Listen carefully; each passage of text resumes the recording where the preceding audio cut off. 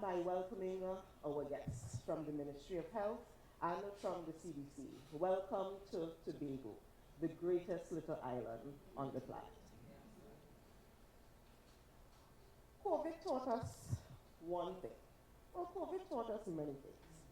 But one of the greatest, I think, is the fact that we do not or we cannot underestimate the power of a few people who don't know what they're talking about, who have a loudspeaker. A few people who have no idea what they're talking about, but they have a loudspeaker. And because of those people, we had to go through an entire process, an entire couple years of COVID, where we had to battle with the competing messages, where we had to say, but all you've been taking the vaccines all of your life. Where we had to say, just now, what degree you have? Where we had to say, no. If you put a rechargeable bulb on your hand, it will not light because the vaccine is not the thing that's lighting the bulb. Now, what does that mean? It means that the things that we traditionally think about, it means that the conventional knowledge that we think people have, many don't. And it also means that within ourselves, we need to rethink how we speak to people and how we deliver the messages that we want them to get.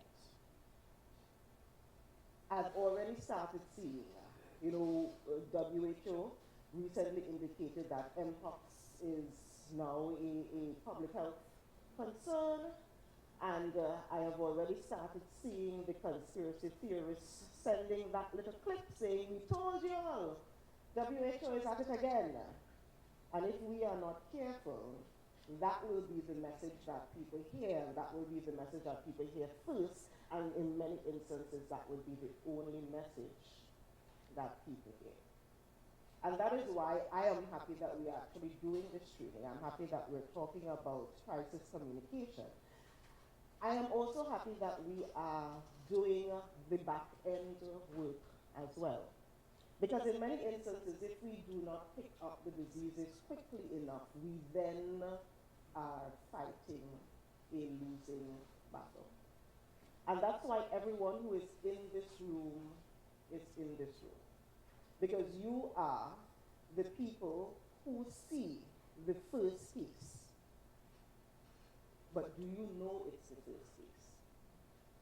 And what do you do when you recognize that it is the first case? Who do you call? Where do you send that information? And how does the rest of us respond when you say to us, hello, something weird going on in Charlottesville. By the way, for the foreigner, Charlottesville is a very remote village. What do you do with that information? Now, as the person with ultimate responsibility for health care on the island, I thought it critical to expand the number of you who are here, because we really need every single one of you to understand that your role is absolutely critical in this and in whatever else will come up a year from now, 5 years from now, 10 years from now. So use this opportunity wisely. As I was coming in, I was also asked to give a little bit of information about how what we do in Tobago is a little different from what happens in Trinidad. So the government of Trinidad and Tobago is ultimately responsible for the governance of the country known as Trinidad and Tobago. But the Tobago House of Assembly is the entity that has direct control and responsibility for the policy and management of the healthcare system in Tobago.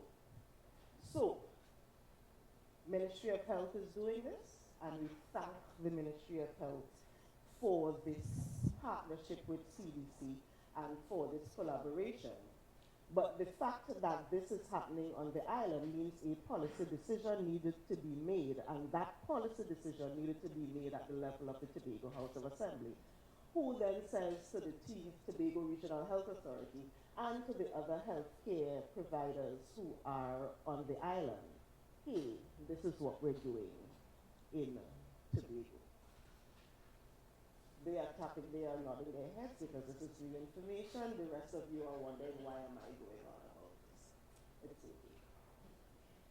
And because of that, I think that we need to really understand where the dynamics are, and to understand who speaks about certain things, and to understand who manages the different parts of what we are doing here.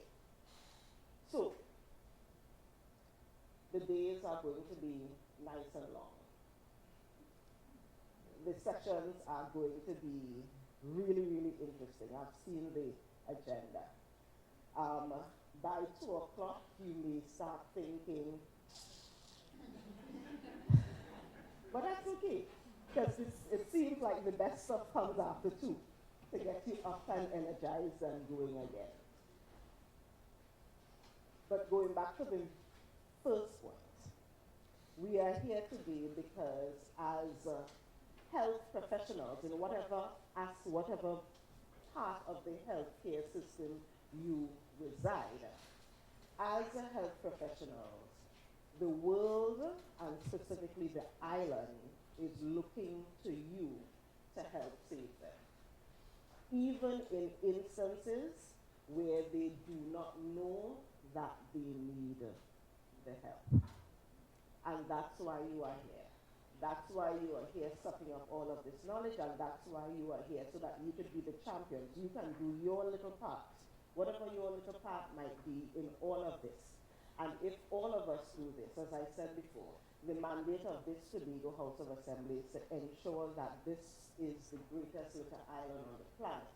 And if all of you do your little parts, whatever that might be, we can truly recognize and realize that we enjoy the 3 days. See if you can at some point run to the beach at 6 a.m. so that you still get here in time. And yes, to the participants, thank you so much for spending your time with us. And we truly, truly, truly appreciate what you will do coming out of these 3 days. I thank you.